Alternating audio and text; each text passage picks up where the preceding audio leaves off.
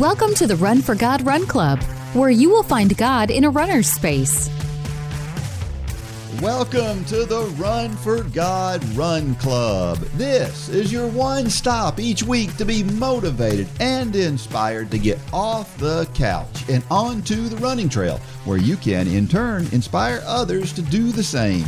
Let's learn, laugh, and leap into running together, giving God the glory for what we are able to do in His name. Amen. I'm your running host, Dean Thompson. Today, we're going to share a story about how God will lead us to the most simple things that can profoundly impact our lives. And we are all, I'm going to talk about being addicted. We're all addicted to something, right? And we're going to talk about that as I share my perspective on that statement. And joining me once again is Run for God founder, Mitchell Hollis. Thanks for having me, Dean. What about this weather? Yeah, I actually turned the heat on this morning. Yeah, is that right? It's the first time all year. You get that weird smell when you turn it on. But it's exciting.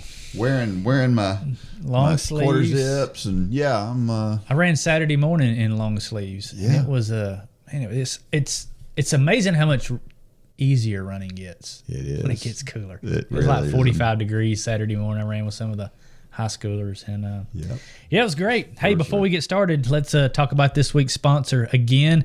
If you have a business and you want to support what Run for God does and allow us to support your business at the same time, give an email to runlanehollis@gmail.com. That's runlanehollis@gmail.com. He'll get you all the information. But this week's sponsor is Ken's CarStar. Ken's CarStar features state-of-the-art unibody and frame repair equipment, expert painting, towing assistance, vehicle pickup and delivery, and a nationwide warranty in a clean, inviting environment. They've repaired more than 4 million vehicles. That's hard to wrap your head around. Yes, it is. 4 million vehicles since 1989. That's why more people choose CarStar auto body repair experts for their vehicle repairs than any other body shop. Give Ken's CarStar a call for a free estimate today. And we love talking about our sponsors. Yep. Just great people. I remember when Ken's first started out of a tiny little garage over near the bypass. Yeah. And today there's four locations. And they're so covered up that they're scheduling stuff right now into December. Yeah. So it's good that they're doing so well, because they try to do things right there. And I had lunch with a couple of the guys that work there here recently. It happened to be my kids. Are you related to them? But yeah, good people over there. Yeah. Hey, so Landon had a little mishap. Yes. We talk about mountain bikes and trail running. I talk about those on here often because I always get hurt. When I get on a mountain bike, the last time I was on a mountain bike, I went end over end. And just about every time I try to trail run, on any kind of technical trail, I wind up on the ground. Well, Landon, fruit doesn't fall far from the tree. He was at a buddy's house this weekend, went end over end on a mountain bike, and now has a cleanly broke collarbone. Yep. And the x-ray is pretty gnarly. Did you see that picture of the x-ray? I did see it, yeah. It's pretty serious. But I'm amazed. We went to the orthopedic, and a good friend of ours, and he told me that he has had football players back in full contact in 3 to 4 weeks after a broke collarbone. That's so Said it's one of the fastest healing bones in the body. Wow. And he said Landon did it last Saturday, and he said by this Monday he could be back out running. He said it may hurt a little. Yeah. But you just want to make sure it's not hurting too bad. But yeah, by that point it'll be fused together enough to where he could run, which just really blows my mind. Yeah. Well, he's walking around. I saw him yesterday without a sling. Yeah. He was walking around without a sling yesterday, and I thought, wow, that's just, it just happened. And, I've got one to match it. Yeah. Our brakes look exactly alike. You can see it, with your shirt off. So are they even on the same side? No, his is on the his opposite on the right. side. Yeah. Mine's on the left. Yeah. So, yeah. And Landon loves to hunt. And so I don't know, you can run a week or two later, but as far as, I don't know if you want to put that kind of pressure on. So he may have to learn to shoot opposite hand this year. Well, that would be interesting. Which would be good to learn. Good for him. So, yeah. always something when you got kids in the house. For sure. Well, we had a Run Club social post last week that I really, really loved, and this one comes from Donna Herbert. It says, "Yee-haw! I'm doing this thing. Go me, go me. Tooting my own horn, but y'all need to know what an accomplishment this is. Many do not know that I, at one point in my life, was completely down/bedridden with Lyme disease. I didn't think I could ever live normally, let alone run. God is so good. Those years of fighting that disease are behind me, and now I press on, getting stronger every day. Some days I go back to my Lyme journal and just cry tears of thankfulness for being made well after such a horrendous disease. Soli Deo Gloria. Hashtag Run for God. Hashtag Lyme Disease Warrior." You know, these are just, I love these posts, but it also reminds me why it's so important to journal. Yeah. You know, I think you're going to talk about that a little bit later, but Yeah. to be able to go back and to see where you've been and to see how far God's brought you, Yeah. it's I mean, you can hear it in her writing here. She's just ecstatic about it. That's right. And she's got every reason to be. Yeah. Yeah. I get really stoked when I read these kinds of things, don't you? I mean, Yeah. it's just, I get so excited. And I don't know whether I don't know if the running helped her overcome the Lyme disease or if she was kind of over it and then realized she could do it. I'm not sure. It doesn't really indicate. It doesn't matter. Yeah. Either way, the fact that she's out there doing it. You know, we can all look back at a time in our lives where we went through something really tough and be thankful for where we've come from. You know, we've all, I say we've all, maybe not everybody, but almost everybody's gone through something. It's pretty tough. Sure. You know, you could a bankruptcy, you know, overcoming an addiction, having kids that were at one time really, really lost and finding their way. There's so many things. And when you get excited about these things, it gets other people excited. Yeah. And that's the whole idea for sharing it to start with, right? Yeah, it's the whole idea behind this podcast. Yeah. Where devotion started was people's story, because is as hard as it is to put these things down in writing sometimes, and it is, I get it. Yeah. You got to understand that there is somebody else out there probably going through the exact same thing that you went through, and that you got through, and God helped you through it, and now you're on the side of victory. Yeah.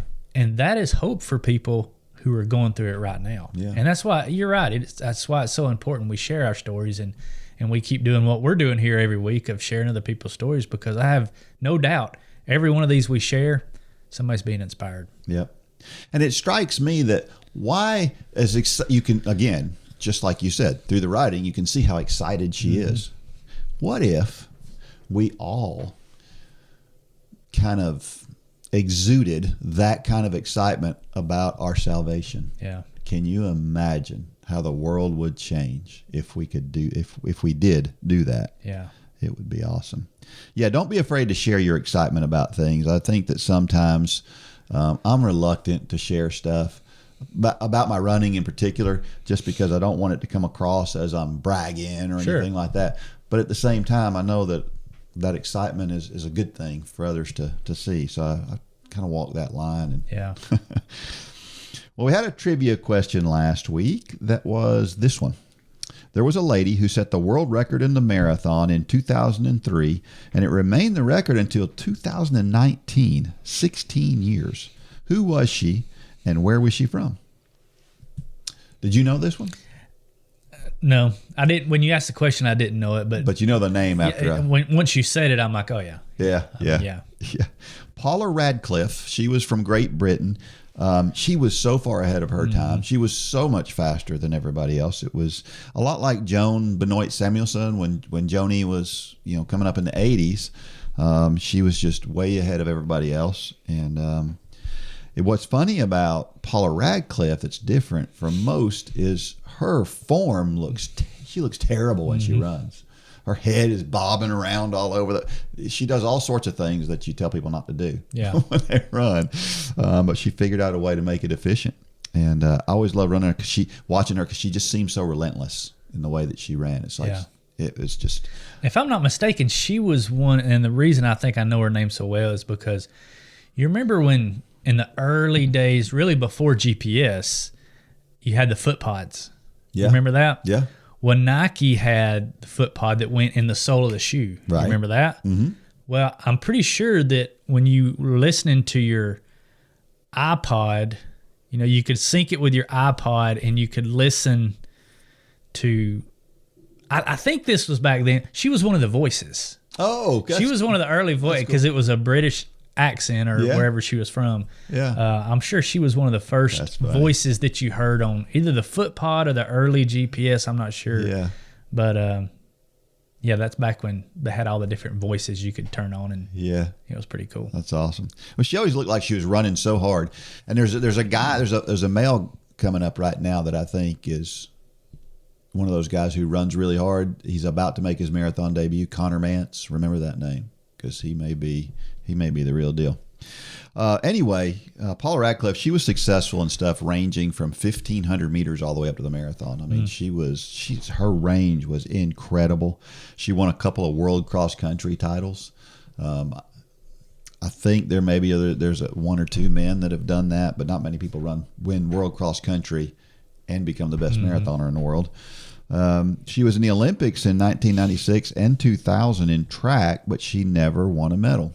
She did finish as high as fourth, but she just never had a really good race in the Olympics. And she was an instant hit in the marathon. When she tried the marathon the first time in 2002, she set the women's only, that's a race where only women are running. She set the world record in her first race, 2:18:55. It was only 8 seconds off the world record for in men's races at that time. And she won London 3 times, New York 3 times. She won Chicago once. She didn't race a ton of marathons like some people do, but she raced enough to just dominate when she did. She set her first marathon world record later in 2002 in Chicago when she ran 2:17:18. And she eventually lowered her world record to 2:15:25 in the 2003 London Marathon. It's still the second fastest time in history, and this was run almost 20 years ago. What's the current world record for women? It's 2:15. It's 2:14. 2:14:0 something, I think. Okay. Low 2:14. Yeah. She also set the world record for the 10K in 2003. So it's one thing to be in great shape and be a world record holder in a marathon, but to set a world record at a much shorter distance like that at the same time is really amazing. But she never won the Olympic medal. She did run in the Olympic marathon, I think, in 2004. But I think she had an injury and something was going on. But she just couldn't get over that hump with an Olympic medal. And she did this crazy thing. The thing, and I had forgotten all about this until I was starting just to look at Paula Radcliffe and who she was and stuff. In the 2005 London Marathon, she had to go to the bathroom really bad in the middle of the marathon. Well, being the ultra competitive person that she is, and this was on TV, she went next to like a table. She kind of squatted down next to the table with her arm up on the table and just about 5 seconds, she let it all out, and then she was back to running again. I mean, think about how competitive you have to be to know that there's TV cameras on you, but I'm going to do this thing anyway. Yeah. I mean, well, that's one thing that, it's one of the kind of the unspoken things talked about, like in professional sport. I mean, think about cycling. Those guys have to go sometimes, and they, especially if they're in a breakaway or something, they don't get off the bike. Nope. And it's kind of humorous when you talk about it, but it's a reality. I mean, nature calls sometimes, and you got to do what you got to do. Yeah. So I remember when I hadn't really thought about it. I'd run marathon. I'd never stopped to go to the bathroom in the middle of a race, unless it was just an emergency situation. And I remember doing that Ironman. It was the first time I ever went to the bathroom. I was on the bike, and I was like, I can hold it for a 5-hour bike ride. Right. No, I couldn't. Yeah. And I got off the bike twice during that ride. Yeah. Yeah. If you're taking on the fluids like you should be, you're going to have to expel them. Yeah. But it worked out. I think I went to the bathroom 3 times, twice on the bike and once on the run. Yeah. Yeah. Anyway, Paula Radcliffe, of course, because she was so far ahead of her time, she's been accused of doping and other things. But, to this point, there is no evidence of it. And, she denies any of it. There's a lot you could say about that. We won't get into all that, but it is something that a lot of people still bring up today sometimes. But she kept a record from 2003 until 2019, and that's a pretty incredible thing to have a world record for 16 years. Yeah. So pretty awesome lady. So you brought up doping and cheating, and I've just got to bring this up because I think this is hilarious. But it's serious at the same time. Have you seen the fishing scandal? Yes, I have. Yeah. This is all over the news. I saw it on my news channel last night. Yeah. I saw it when it first came out. But these guys were putting lead weights down in fish, and the thing, the sad thing about it, nobody's talked about this, but I looked at the results from that fishing tournament. They put 8 pounds of lead in 5 fish to win the tournament.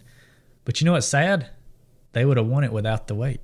Oh, wow. They would have won without the weight. That. Yeah, and they would have been like 3 or 4 pounds ahead, wow. And still won it. But so for those of you who out there don't know, there was a big fishing tournament, a lot of money on it. It was $30,000 pot. These guys have already won like $500,000 in a bass boat. I mean, it's big money. And they were stuffing lead sinkers down in the belly of fish that they caught. And they just got greedy is all they did. Well, I mean, they had to have done this in the past because they were holding up, and I fished enough to know what a 4 or 5 pound fish looks like. I mean, they're about that long. Yeah. And they don't have the drop gut. You get over 6 pounds, you start seeing the drop gut on them. And they had this little fish up and it weighed 8 pounds. And so people started to catch on, and I'm surprised they got out of there without getting beat up. Yeah, I thought they were going to get beat up because the crowd was.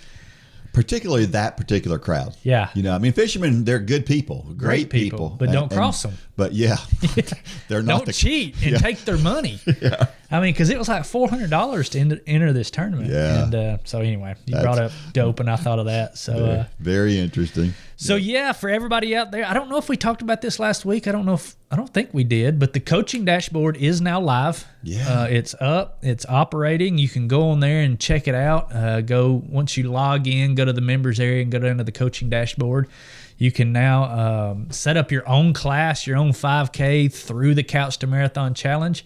You can set up your own class, and give us a few days. We'll get it online, and then you've got a link where you can share it with your whole community. You get an email every time somebody joins your class. That's pretty cool. So it's something we had on the website 2 versions ago, but when we started Run Club, we took it off, and we realized pretty quick that was a mistake, and so we've got it back now. Yeah. So now we've got to focus on Run Club, and we've still got to focus on the community classes. So go out there and check that out. I'm going to be challenging everybody from now to the end of the year to start with us in January. Start a class in your community. Maybe start with the 5K challenge, and then, throughout that class, you might find some people that want to go on through the marathon, and then you can just roll them right into that class as well. So go check it out, runforgod.com. Click on the members area and go down to coaching dashboard, and it's got everything you need. And what's so awesome about this to me is anybody can be a coach, and you don't really need anything else. No, we have the coaching kit. We do. That is great to have. It helps you. It walks you through week by week. But you don't have to have that, especially if you've taught in the past. Yep. And you know how it all works, then you probably don't even need that. So it doesn't really cost any extra to do it. Yeah. We've got all the marketing materials on there now, the Facebook post that you can put up and advertise your class. You can put your link right there, and people can go. So it's just a really great tool to have. And it took us a little while to get it back because the world of websites nowadays is not simple to do. It's pretty complicated, but it is back now. So go out there and check it out. Teach a 5K challenge class. Social media? Nope. Grocery store tabloids? Nope.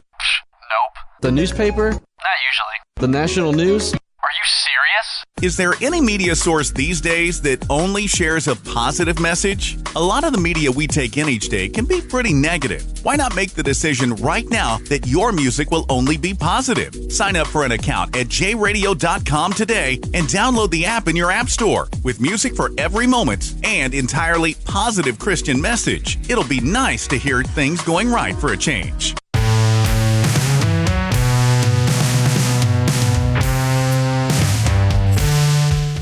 right, we're back, and if you're not tuning in on Thursday nights for the Thursday Night Live sessions, you need to get tuned in because it's a little more interactive. It's fun. The topic could be anything, and it's cool. Look, a couple of weeks ago, we talked about journaling and how you journal, and that's just we're going to talk some more about that here in a minute, but it's before we move on, I want to give a shout out to J Radio. We just had a commercial about them. Yeah. I told you before we went on, I was meeting with a guy last night. We had a guy at our church. We've got some sound issues in our church. Just, anytime you have a big room like that. So we brought in a guy it's kind of what he specializes in. He's a sound engineer. He does like concerts, and he's the guy behind the scenes that makes it all sound good.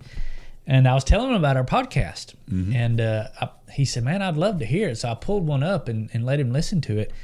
And he was really bragging on the way this podcast sounds. Not necessarily on the two guys bantering back and forth, but the professionalism and the way this sounds. And that's a testament to you. You've learned how to use all this equipment, but also the guys at J Radio who engineer this thing and do all the whatever gets done to make it sound like it does. So, yeah, just a shout out to J Radio. It's a great partnership. Go check them out. It's the world's greatest Christian streaming radio app out there. But, yeah, thanks to Jared and Justin and Ted and all the guys up there at J103. They just we can't do what we do without them. Yeah, a bunch of good guys, too. Yeah, just sure. Good guys. And I've caused them some extra work lately, so really? Yeah, I know, right? So yeah, so I so appreciate them because they don't whine and bellyache about it when I do that, but they just get it done, because they're good guys. All right, so we're talking about journaling. Yeah. Have you journaled before? You're running? Well, I don't really journal running, but I have my strikeout list, and many times this list has. If I do something that's like if I run a fastest time, I'll put it in here. I don't journal different. A lot of people have different journals for different things. Yeah. I have what I call my strikeout list, and it's notes, so I can go back years in these things and flip through, and so it's I do journal. It's pretty cool to look back on, isn't it? It is. Yeah. And do you journal? I don't. Or do you use like Strava? I do use Strava and Garmin Connect. I make sure that everything I do goes into Garmin Connect. So a lot of days I run without my watch, and so I'll put an estimate of the amount of miles I ran in Garmin Connect, and that way at the end of the year I can look back and see this is how many miles I ran for the year, because I just like to know that number. But I don't really put any details in there. So I was talking to one of your runners last night, and I'm not going to say the name, but evidently you make them put stuff into Strava for their runs. Yeah. And this one individual, she didn't run like she was supposed to, but she put her run in Strava, and it simply said, I did not run. Yeah, she did. She did. I know it's not funny to you, but I think it's hilarious. I give her credit for doing it. You know what I mean?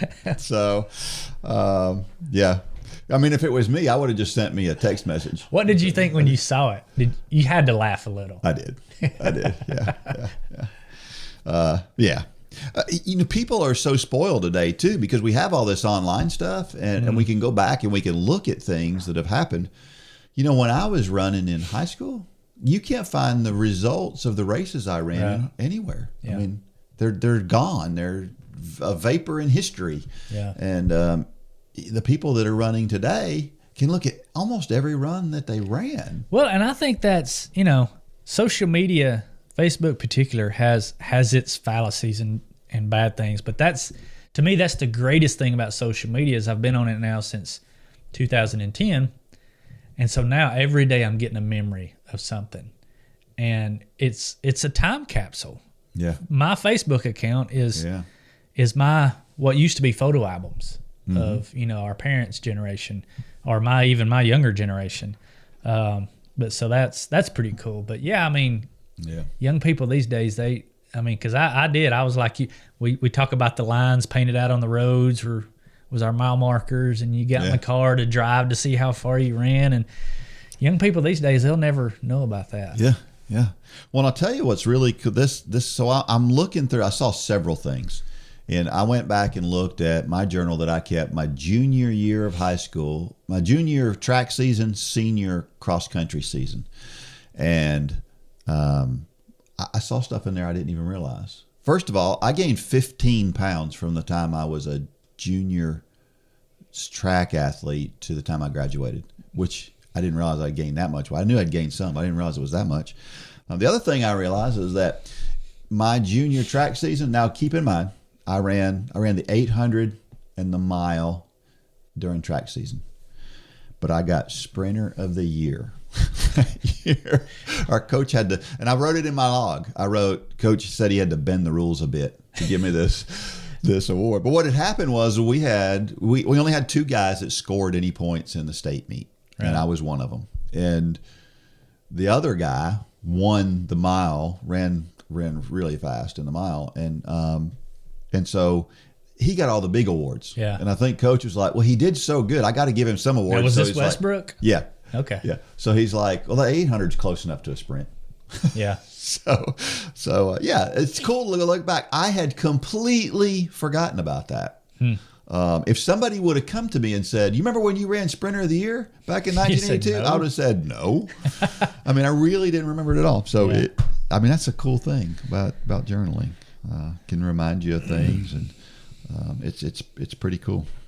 I remember a site back when I was young too, where you put in how many miles you ran every day, and in every day what it would do is it took you on some route across the United States, and when you put in the amount of miles you ran for that day, it would show you where you were, like pictures of that spot. It was kind of interesting to see where you were every day and see the towns and cities that you ran through. That was pretty cool. Early days of the internet was a little different than today. Yeah. But I'm sure there's probably something out there like that today. Yeah. Anyway.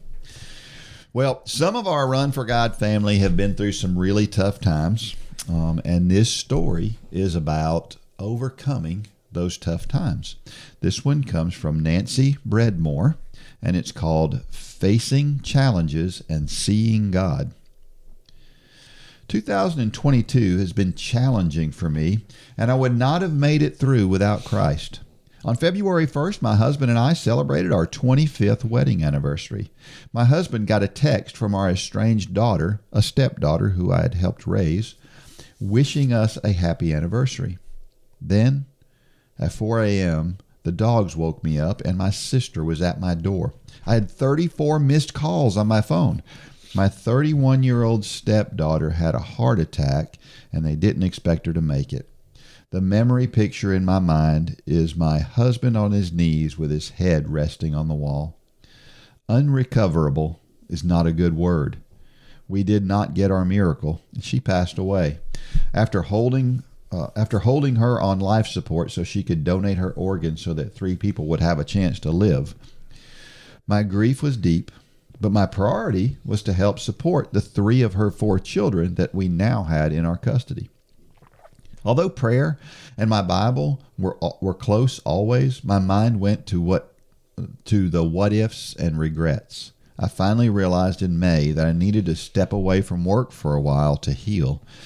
And less than a week after I stepped away, my father was diagnosed and passed away from lung cancer. I spent 6 weeks staring at walls. I was in a horrible place, and leaning on God was just not enough. I was reading guideposts and read a story about Run for God. It was inspiring, but not enough to cause action.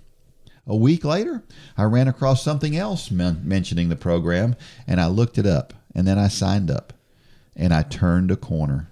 Week 1 of the 5K challenge asked me to sign up for a race for accountability, and the first race at that 12 to 14 week window was raising funds for the Fox Foundation for Parkinson's disease, which my mom had. I thought, God is clearly speaking to me, letting me know that I'm on the right track. I've been shuffling Christian pop music while on my workouts, and whenever I need that push, the lyrics of whatever song is on gives me the encouragement. The best example was Don't Give Up at Just the Right Time. I am now on week 4 and am still feeling great. I've been feeling better, more optimistic and happy since I signed up for this program. God is clearly speaking to me all the time. I'm on the path He wants me on, and I am going back to work next week. This year has been horrible, but God is with me. I can't pretend to know the reasons for these challenges, but He is with me. Nancy, I just want to say that's a great encouragement to us. Dean, we struggle. We have meetings here and we talk about, advertising and what do we do as far as advertising and should we be advertising and things like that. But you read stories like this and you realize, man, God's hand is in everything. I mean, we throw these ads out, but He's the one that lays the eyes on them. He's the one that directs people to them. And this is just another example of, sometimes we get in the place of what's all this for? Are we doing what we should be doing? And this puts it in perspective that we are, and that it's way bigger than us. Yeah. We could have never, ever orchestrated this. Nope. But God did. And it's humbling, and I had chills as you were reading this. So Nancy, thanks for sending this in, and I have no doubt that there's people out there who needed to hear this. Yeah. It's really cool that running can replace some of those bad feelings and thoughts and things that we have. And I don't know, we give running enough credit sometimes for being able to do that. But we're going to talk more about that in Dean's thoughts here in a little bit. Mm-hmm. Psalm 23:3, He refreshes my soul. He guides me along the right paths for His sake. And she says, my soul was heavy with grief and regret. He unburdened my soul and showed me the path I needed to take for healing. That's when God shows up the loudest, the most obvious sometimes is when we need Him the most, when we get to that lowest point. I think that's where God shows up. I've shared the story on here before about my kind of, it was a very specific moment in time where God finally, He let me get to a spot where, I was just in bad shape, and He just kind of, it's almost like He just kind of let me wander around, and then He positioned Himself right in front of me and grabbed me by the shoulders and said, I'm right here. Just pay attention. I'm right here.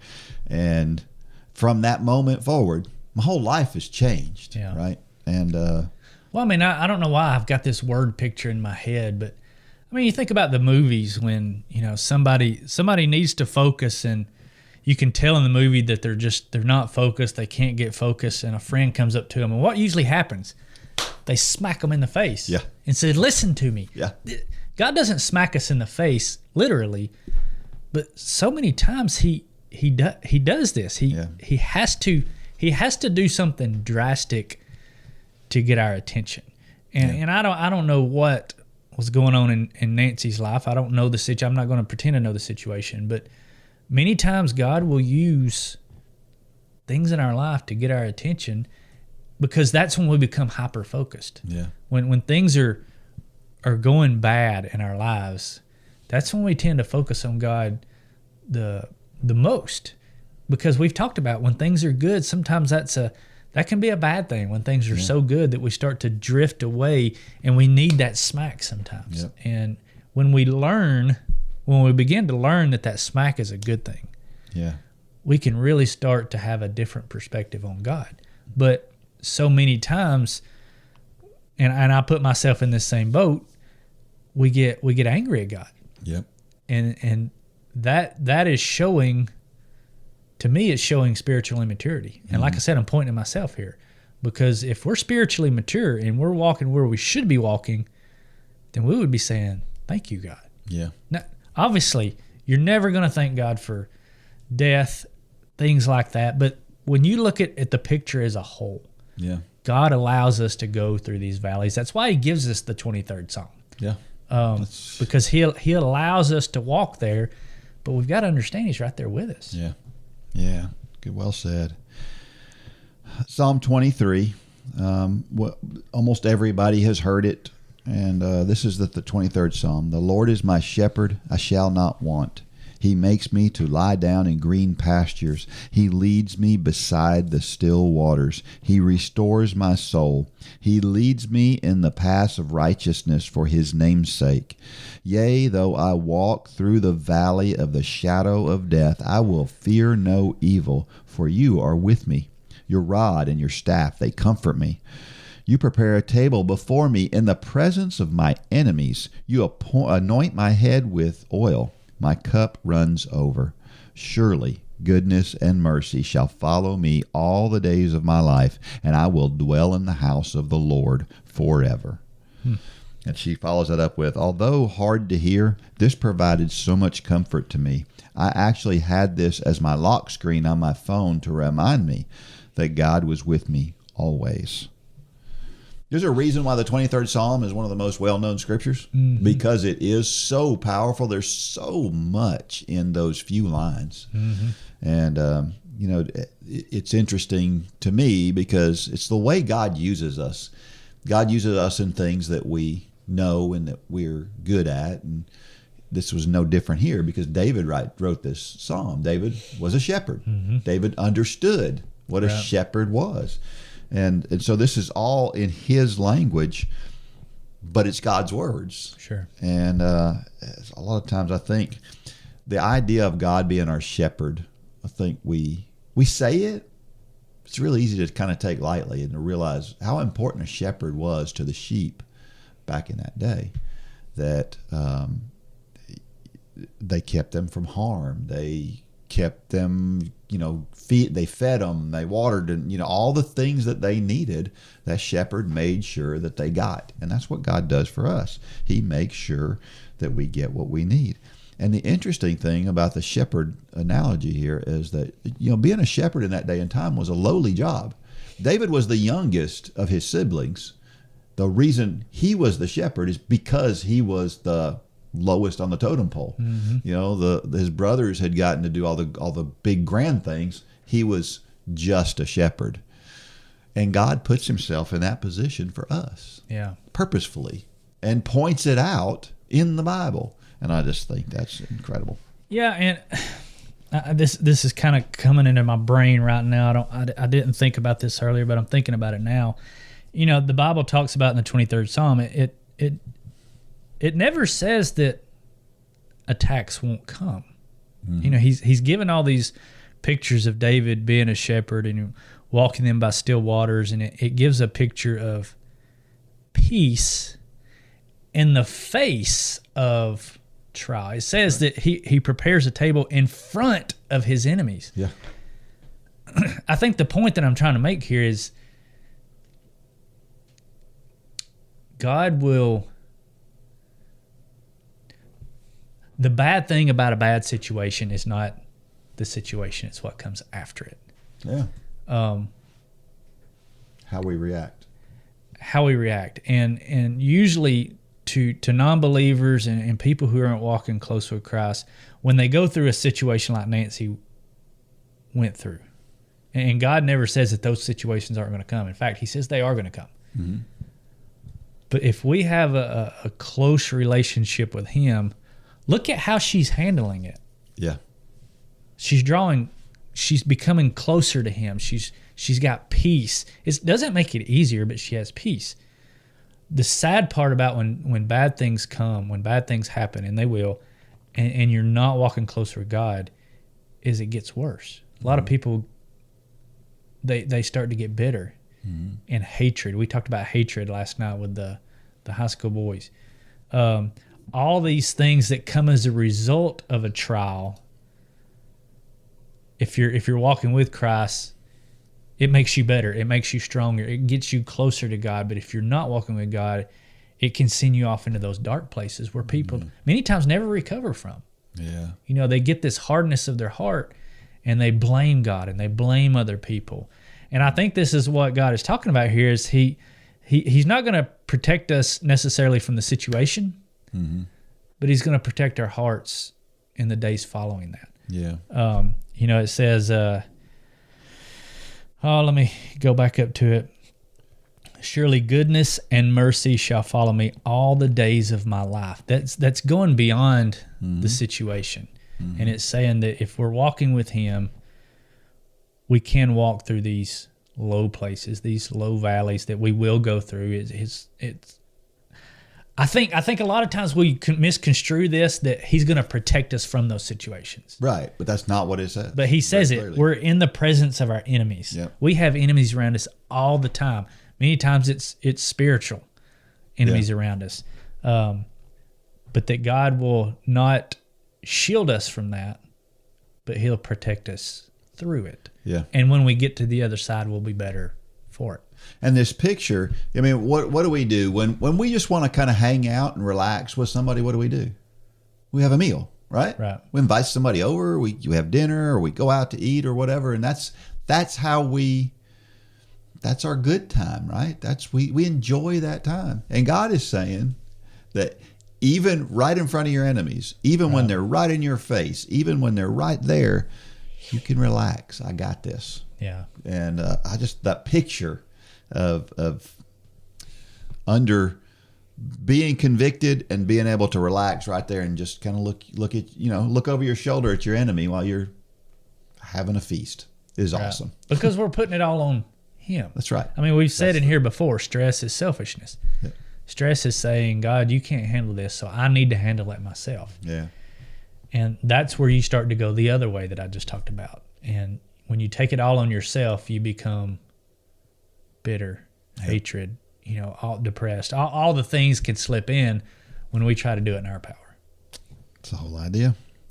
Philippians 4:13, I can do all things through him who strengthens me. And she follows with another mantra through my struggles. I leaned on Christ and God to get me through each moment, then followed the messages that led me to this program. And, she's really transparent in this, too, in saying at one point there in her writing that God didn't feel like enough at one point in time. She says God wasn't enough, but I think what she means is it didn't feel like God was enough for me at that point in time. And that's so a vulnerable thing to say. A lot of us don't want to say that. Yeah. We don't want to admit that. But we all get to that point. Every single one. And that's why it's so important to have these moments in your life that you can look back on. I'm sure that Nancy, she'll go through something else again before she leaves this earth, but she'll have this to look back on it. And, that's right. We talk about hindsight's 20/20. People say you shouldn't look back, but we say you must. And this is going to be one of those times in her life that she can look back on and say, oh, yeah, God was right there the whole way. Even though he doesn't feel like it right now. My feelings deceive me. I can look back and I can see in every situation, he was right there every step. And she's doing exactly what the 23rd Psalm says here. Sure. Because God is saying that the reason why we go through all this stuff and the reason why we should be relaxed and appreciate what he does for us is for his glory. It says in there for his glory.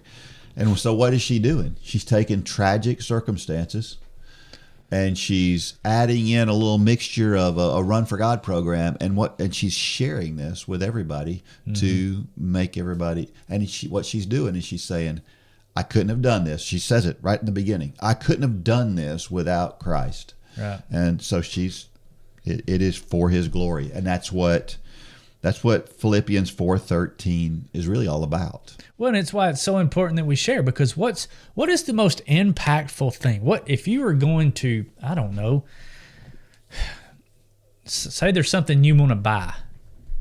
Say it's a chainsaw. I don't know. I'm pulling something out of the air here. Yeah. And you go online and you research all the chainsaws, you read about all the chainsaws, and you have a pretty good idea of what chainsaw you're going to buy. But your neighbor, who you know and you respect, and he comes over and says, Dean, man, I know you're thinking about buying a chainsaw, but I've got this Husqvarna chainsaw. It's the best thing ever. Come look at it. I highly recommend it. Over all the stuff you read, all the research you did, that testimony, and that's what it is. It's a testimony. That's right. His testimony of that Husqvarna chainsaw will mean more than everything else. Yeah. And that's why it's so important that we share. And because he wasn't, think about the story I'm telling. You don't look at him and say, I can't believe you're pushing this on me.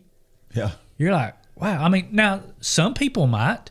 Well, I don't care what you say. I'm going with what I read. Okay. Yeah. But most people are willing, so long as you have the relationship, it's your next door neighbor who you trust and you believe, you're open to that conversation.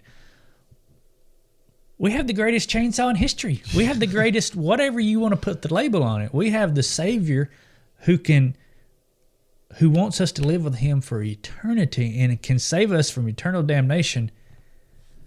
We should be going to our neighbor. I don't know how I'm getting off on this, but we should be going to our neighbor and sharing our testimony. Exactly what Nancy's doing here. She's sharing how God worked in her life, and it's going to encourage believers, but it's also going to open the eyes of non-believers and say, wow, I went through something similar to what Nancy did, and I was bitter and I hated and I was depressed for months after. But she has a completely different outlook. What's different? And it's the golf ball's teed up, the plate's set, whatever analogy you want to use. It's easy at that point. Yeah. But we've got to do it. That's a great analogy. I love that. And here's the other interesting thing here too. And you brought up the chainsaw.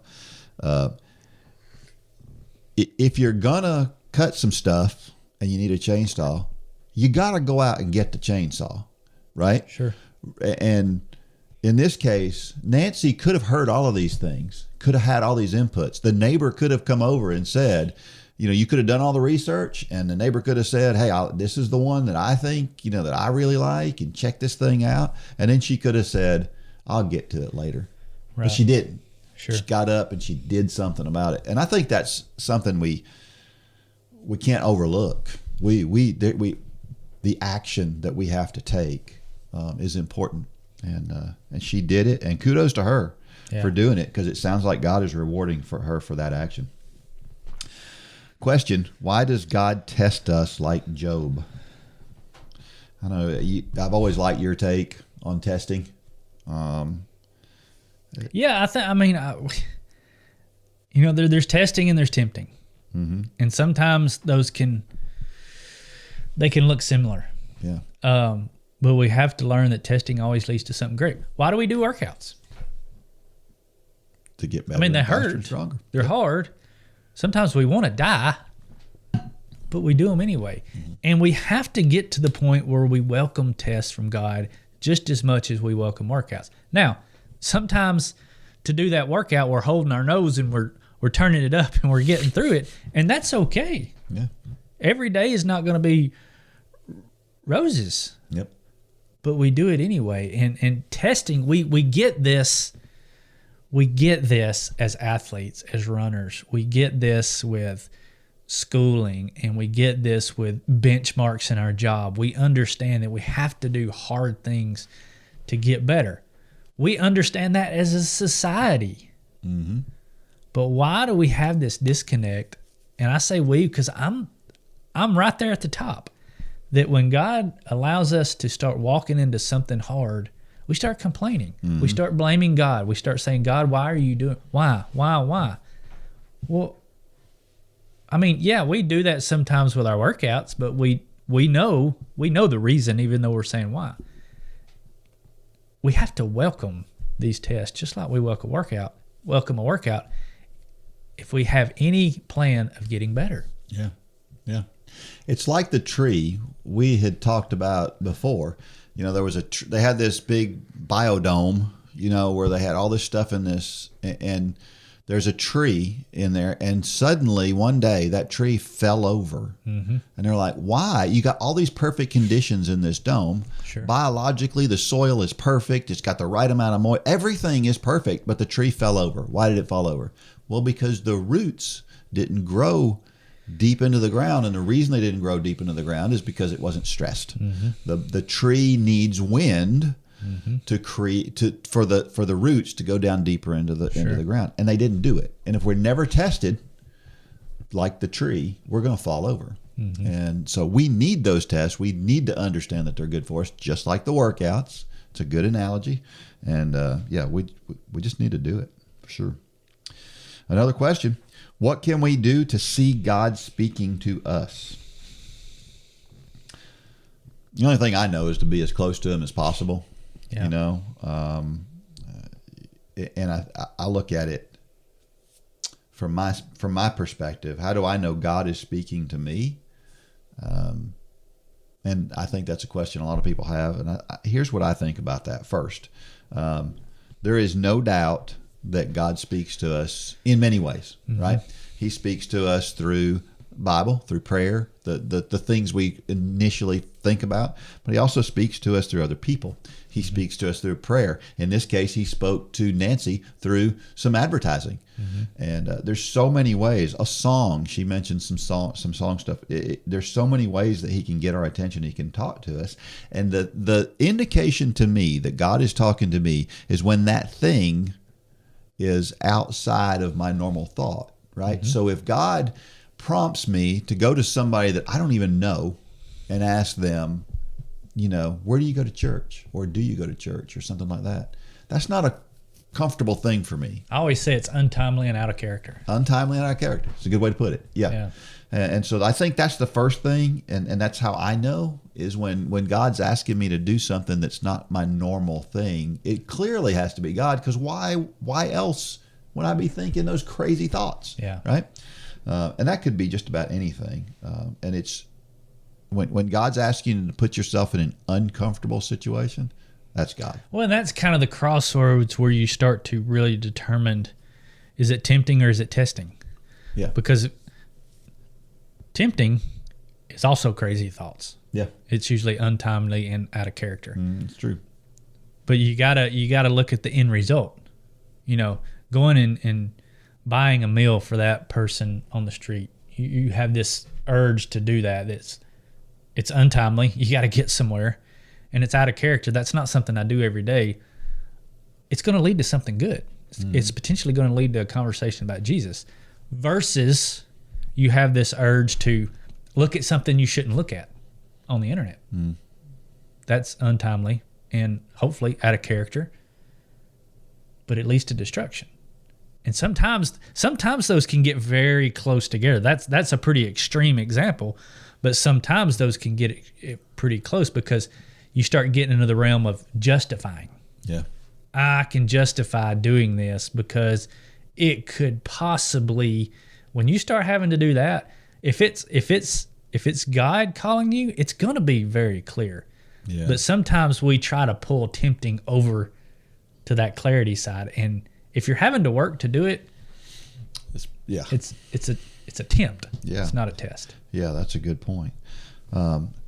Sometimes it's really obvious. God, a lot of times people who are non-believers, they like to call things coincidences. I've shared this story about whenever I had been working, just quick story. I was making less than half the amount of money I made when I was at my former job. Sure. Right at the point that I started with Run for God.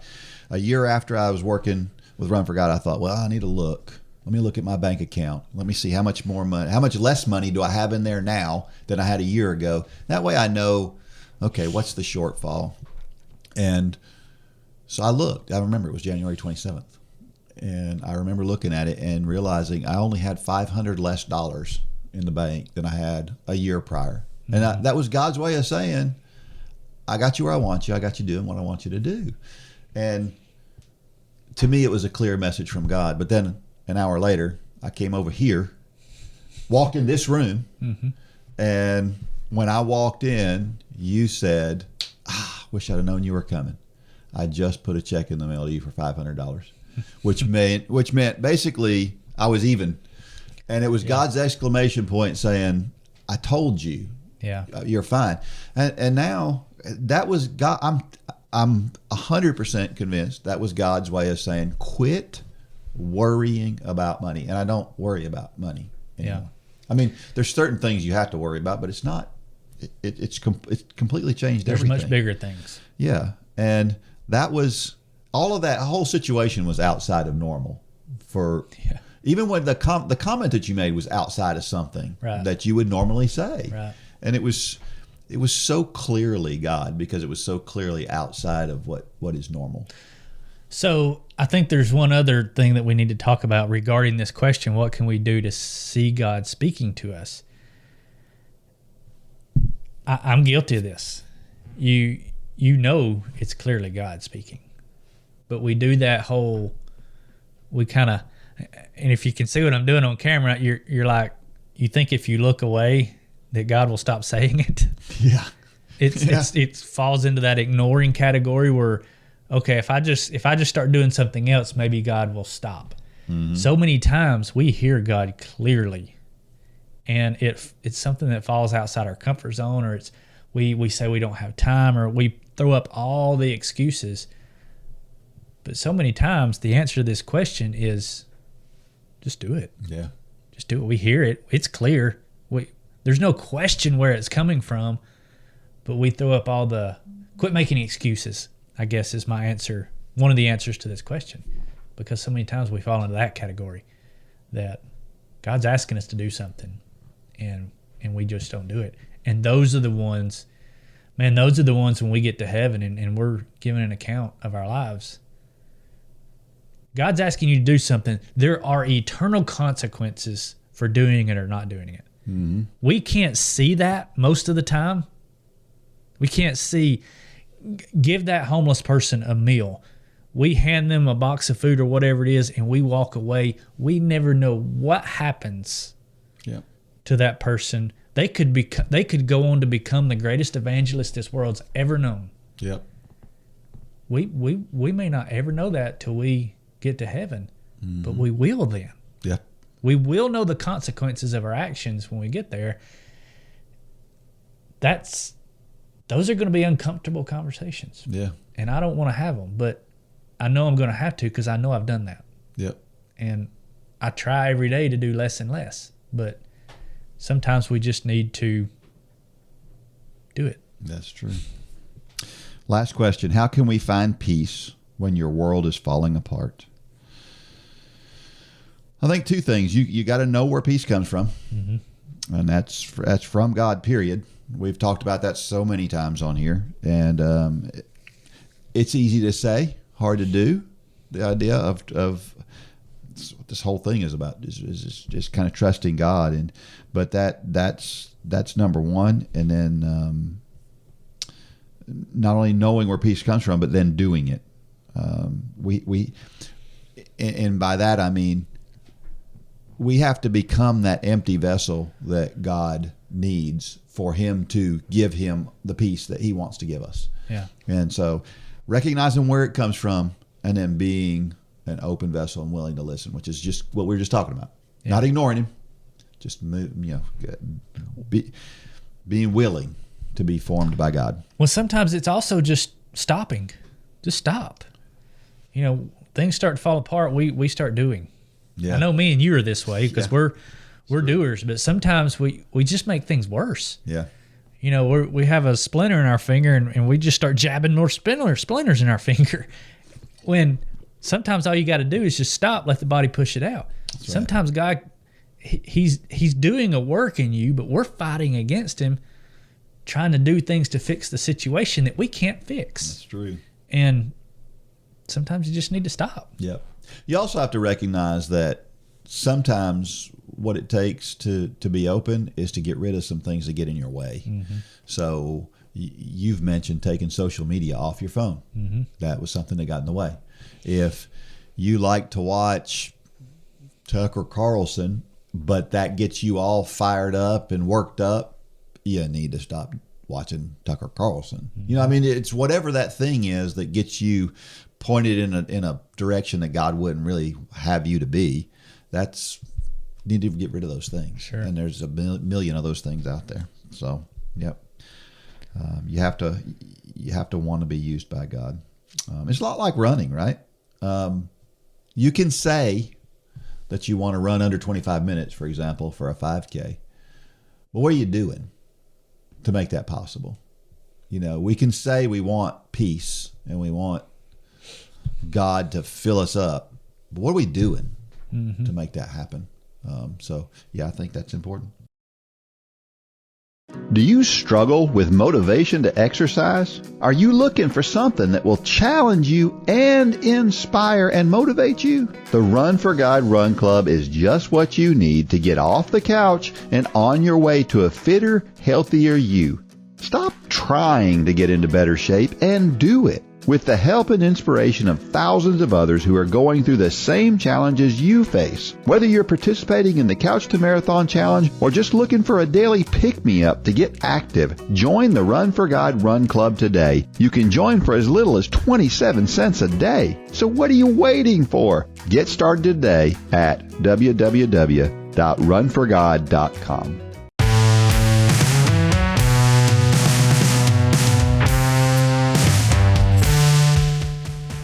All right, we're back. So running streaks, good or bad? What do you think?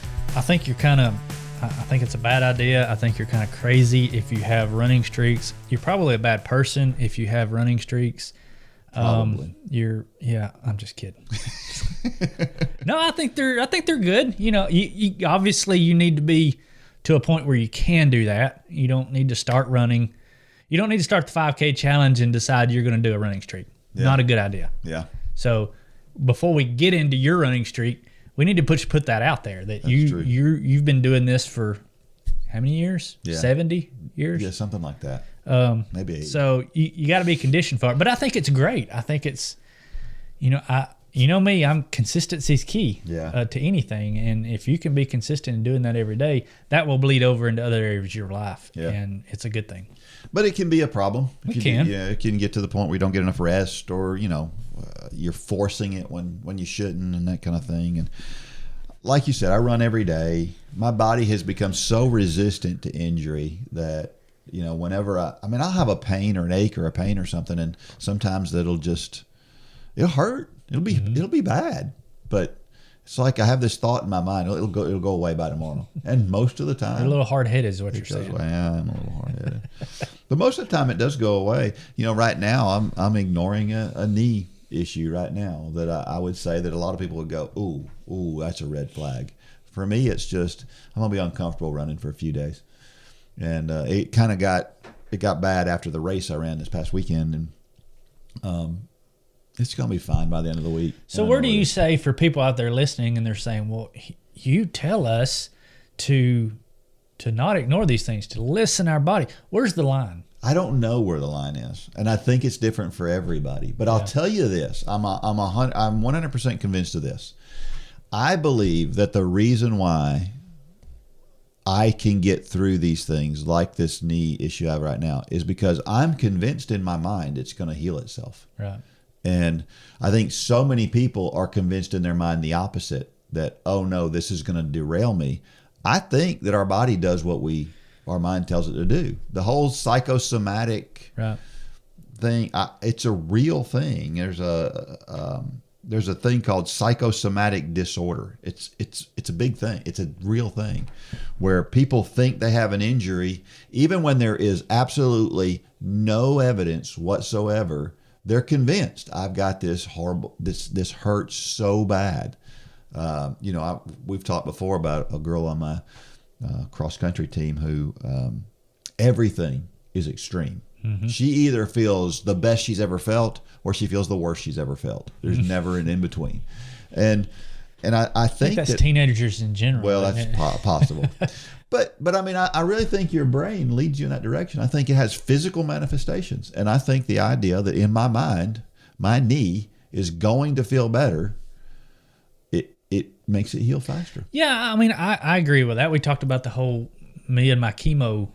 Was it last week we talked about that? Yeah. I agree with that. But I also, in the running realm and as it relates to injuries, I feel like I can't stress enough that you've been doing it for 40 years. That's right. And so you know your body well enough now to know what's an injury and what's not an injury. But most people listening to this, and I even put myself in this category, I don't do it enough to really know. So for me, the test is always, can you put your finger on it?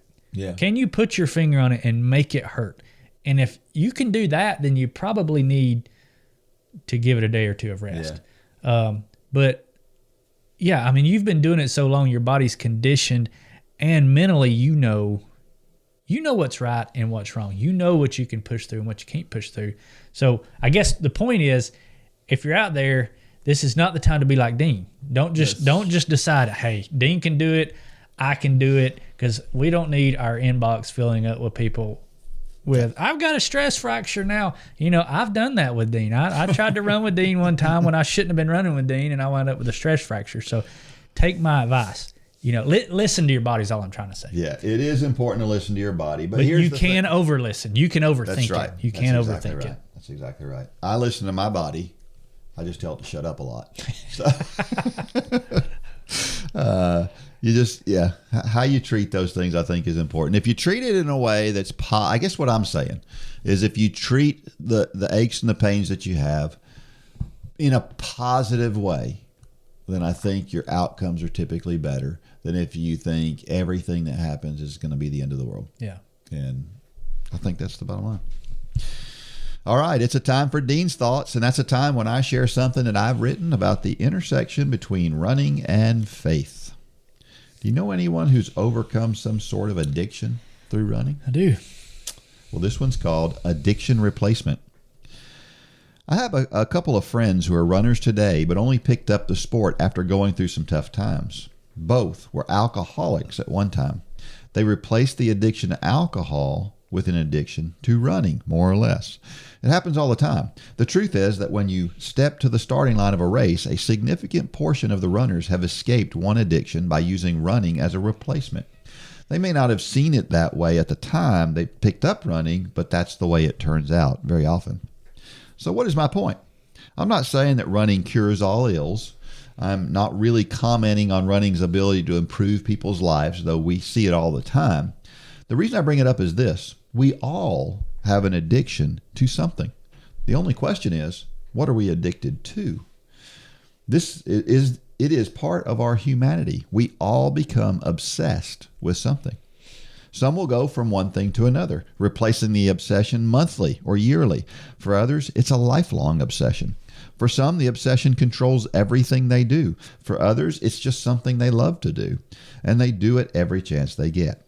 No matter your circumstances, you have something you just can't wait to do. Is it that morning cup of coffee? Is it a particular food item? Or maybe it's running or some other type of exercise. Or perhaps it's something more sinister. Maybe there is something you're struggling with that holds you captive and is not good for you. If we're going to have an obsession or addiction, it is important that it is something that is positive or at least neutral. Running is positive. Walking, positive. Coffee, neutral. Chocolate, well, let's not get carried away. Easy, Dean. Obviously, something like alcohol addiction is negative, and there are many others. We could talk about so many things. And here's another thought. Anything that becomes too dominant in your mind can be a problem. Running is great, but this ministry was started because it became too much. Going to church is a great thing, but being involved in church can be too much too. What do I mean? Well, if you're too focused on a program or gathering to see your friends, you have to ask yourself, why am I at church? It is true that we should gather with other believers. The Bible is clear on that point, but our purpose is twofold: worship and becoming the best disciple we can be. If we're not focused on those two things, but we're yearning to be in church, are we addicted to something other than what we should be? Don't get me wrong, we can be pretty excited about going to church and seeing our friends. We can gather and talk about what is going on in our lives. That's all great. But we are there to worship with those people. We are there to be better disciples with those people. Why? Because we all can use external motivation to keep us on track. The line between being there for the right reason and the wrong reason can be pretty thin. And if your addiction is something other than reading your Bible, prayer, worship, or sharing Jesus with others, maybe you can replace that yearning for one thing with something better. We're all obsessed or addicted to something. We just need to ensure it is something God would think is positive. It's a great story, Dean. Well, we saw this with the Pharisees, right? Mm-hmm. The whole being addicted to religion. Right. And we do have to be careful about that.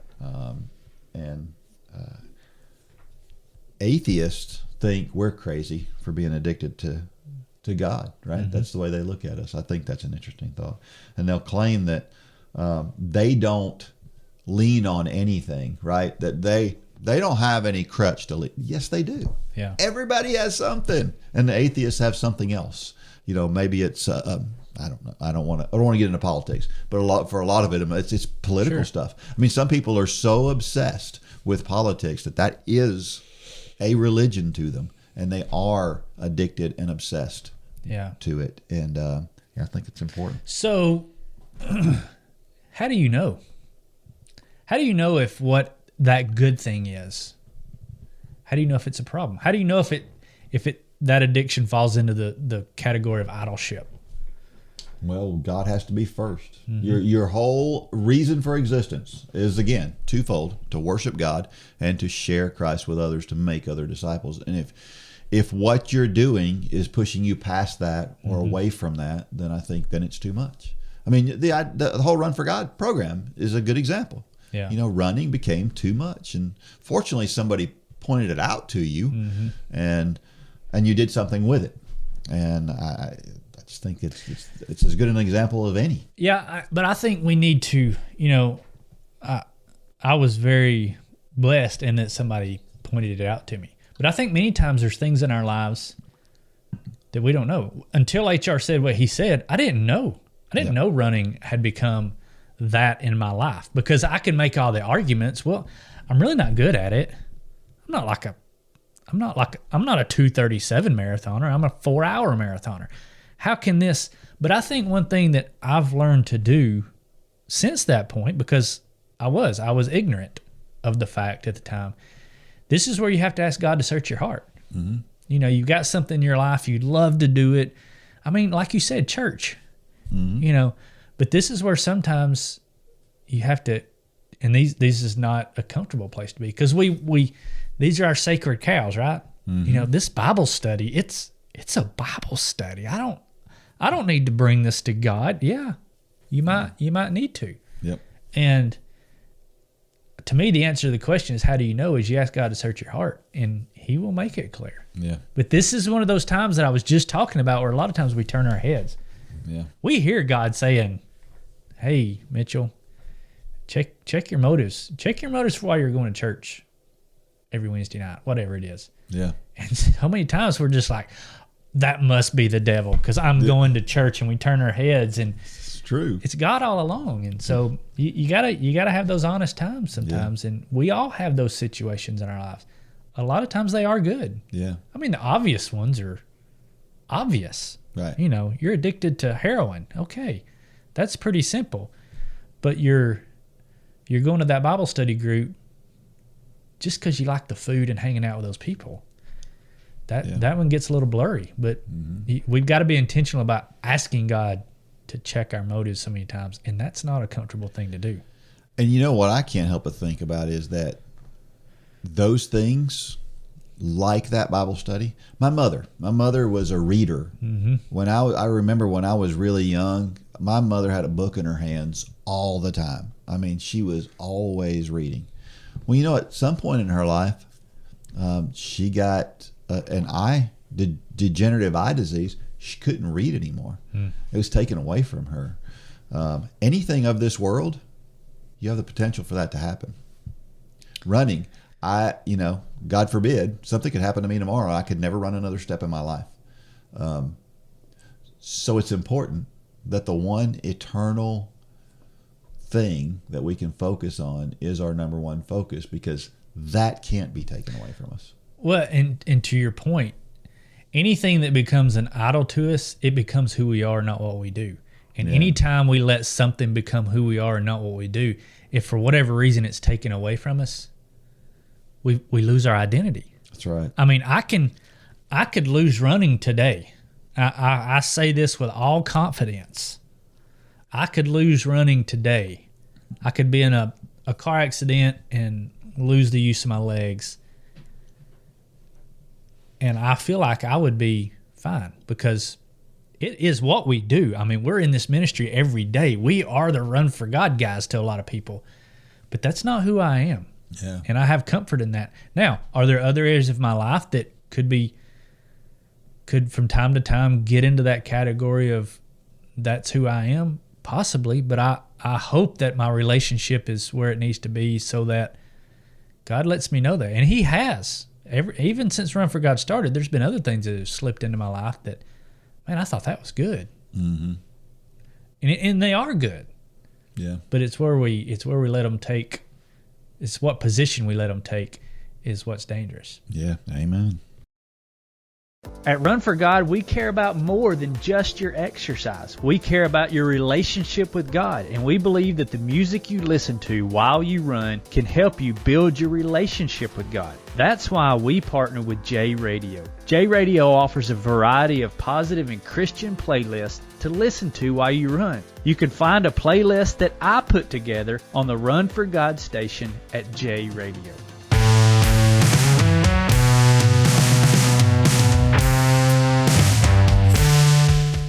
All right, every week I share a reason why running is so awesome, and this is my reason for this week. Playlists. You talking about the ones that have gospel songs in them? Southern gospel songs on J Radio, Mitchell's playlist on J Radio. Is that the ones you're talking about? I was thinking more of Dean's playlist on J Radio. It's way better, but I don't know about that. they're both good. Yeah. They're both good for sure. But playlist, a lot of people like to listen to music when they run, and it's kind of fun to choose what you're going to listen to when you run, and even if you just do it occasionally, it's fun. Well, I will say I tried to run a half marathon one time, and the only thing on my playlist was Gold City. Whoops. Which is a Southern, an That's incredible good. Southern gospel. Yeah. But for 2 hours, it's a little much. So that's why my playlist now on J Radio, it's kind of a good mixture. So, yeah, I had never listened to music when I ran a race until last year's earlier this year, Big Beach Marathon. It's the first time I ever did it. And I had an awful lot of fun just putting together a playlist to listen to that. And that was it was the one and only race I'd ever done that with until this past weekend. I ran that 10K listening to music. Really? Yeah. And I don't know. I don't know if it helped. How did you do this past weekend? I don't think I've asked you that. Yeah, I ran well. Did you? I ran 35-24, won the race. Wow. Actually, congratulations. Yeah, it was fun. It was a good race. I was very evenly paced. My goal was to run every kilometer between 3:30 and 3:36. And I ran my fastest was 3:27 and my slowest was 3:37. So what'd you say your time was? 35-24. And that's what pace for a 10K? 5:42. Good job, Dean. Yeah, thank you very much. I was really pleased with it. Anyway, yeah, playlists are fun. So there was something that came out recently, and this was fascinating to me. That it was kind of at a seminar. So the study itself hasn't really come out. This is just preliminary talks about this study, and it showed that if you run too much, it's bad for you. Now, this has happened before. You love these studies, don't you? I do. I love them. I love to talk about them. Back in 2012, a similar study came out that showed that basically what it said was if you run up to 20 miles, that's good for you. Anything above 20 miles, bad for you. And so you must be in terrible shape. Yes. So, and this thing came out and it was just blasted all over the place. And all of a sudden it was terrible to run too many miles. And I mean, it blew up. It was a big, big deal. But then they found out after they went and really dug into the study and before it was peer reviewed, and once it was peer reviewed, they found out, none of that was true, that the study was flawed, and that no, running more is actually good for you. What is the statistic that you give on studies? What is that you say sometimes? Studies, I don't know. Most studies are not. It's something, I'll think about it here in a second. Yeah. You basically say like 97% of studies are, I don't know. I don't know if that's me. I'll come back to that. But I'll figure that out here in a second. The interesting thing is in this particular study, it showed that actually men who exercised more, that ran too much, it was bad for them, but not women. So that was a difference here from the original one.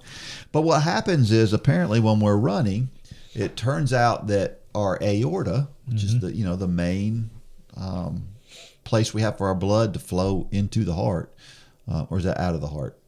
I can't remember which direction that's going. Anyway, but the idea is that your aorta gets stiffer the more you run, and that's a bad thing for it to get stiffer.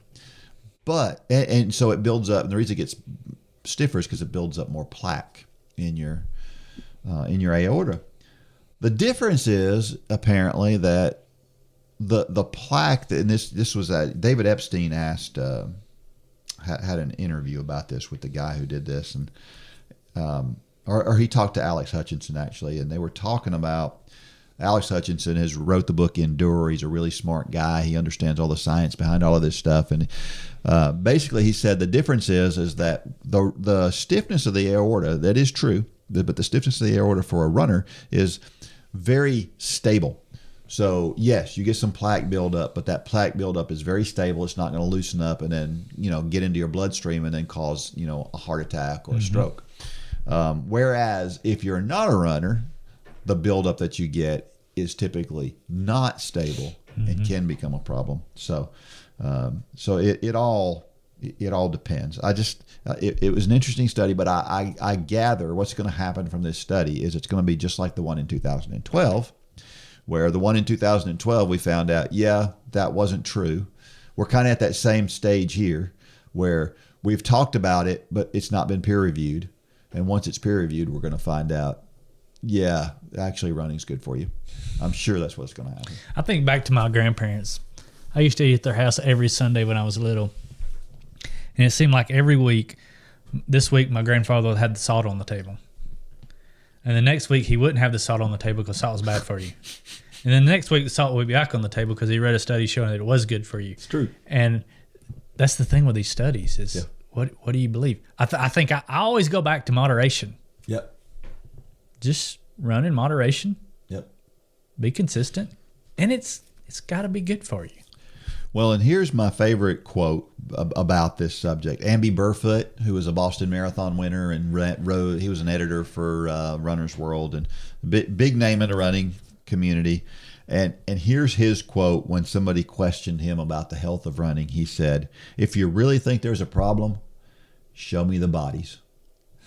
Yeah. And when you look at it that way, you're like, he died from running. Show me all the names. Yeah. Show me all the people that died because they ran too much. Right. Then I'll listen to you. But otherwise, the eyeball test is pretty good when you look at it from a running standpoint, right? So I think that's and one thing that I know for sure is that you can look at the physical effects of running, but the mental side of running and what it does for you mentally. I mean, my sanity. Sure. Yeah, I'm way more sane because I run. Yeah. So we have a trivia question for this week. The 2018 Boston Marathon will be remembered for several reasons. One of those reasons is the unlikely winner of the men's race. Who was the winner of the 2018 Boston Marathon? And Ad, where was he from? You know this one. Mm-hmm. Yeah. I don't remember his name, but I do know it. You remember the story because it was an awesome story. Yeah. So check that out and get back to me at dean@runforgod.com. And if you're the first person to get back to me, then we will send you a discount code for some stuff. Free in the gear. Run for God store. Yeah. So be the first one to respond. All right. We'll leave you with this. We got a motivational thought for this week, and it's this. The same boiling water that softens the potato hardens the egg. It's what you're made of, not the circumstances. I've never heard that quote. It's pretty good. I like it. Yeah. I've seen it several times lately for some reason. Really? Yeah. It's like God's trying to tell me something here. Yeah. Don't let the circumstances around you determine who you are. God loves you for who you are. God loves you as you are. He has a plan for you to go in a particular direction. And if you're following, listening to him like we've been talking about during this podcast, it's going to work out great, regardless of the circumstances that are around you. So on that note, we have started back the God Loves You campaigns. They go out every Friday. Some of them we pay to promote them and push them out there. We're fighting with Facebook like crazy right now because they love to take these things down when we put them up. But those Friday God Loves You campaigns, just make it a point to go to the Run for God Facebook page or the Run for God Instagram page and share those every week. It's a simple message. It's a simple gospel message. Most of the time it's it's something that Billy Graham said, because Billy Graham was great at pointing people to the cross. But it's got the link to the Run for God, Peace with God page. Those work. We had a rededication this past week as a result of one of those. We are back to doing those consistently on Fridays. So make that part of your Friday routine. Go over to the Run for God page, share those. It's not advertising anything. Well, it is. It's advertising Jesus. That's right. And you never know who needs to see those. So make it a point to go over there on Fridays and share those. Maybe we could post a link to that in Run Club Social. Yeah. And that would be a reminder for all of us. Send people over to do it. Yeah, I'll make a note to do. That's a good idea. Yeah. That'll be easy to do. All right. Now may God bless every step of every run. Go out there and shine your light. Good job, Dean. For more information about the Run for God ministry, go to runforgod.com. If you have questions about your salvation, click on the Peace with God tab. There's nothing more important. Thanks for joining us today.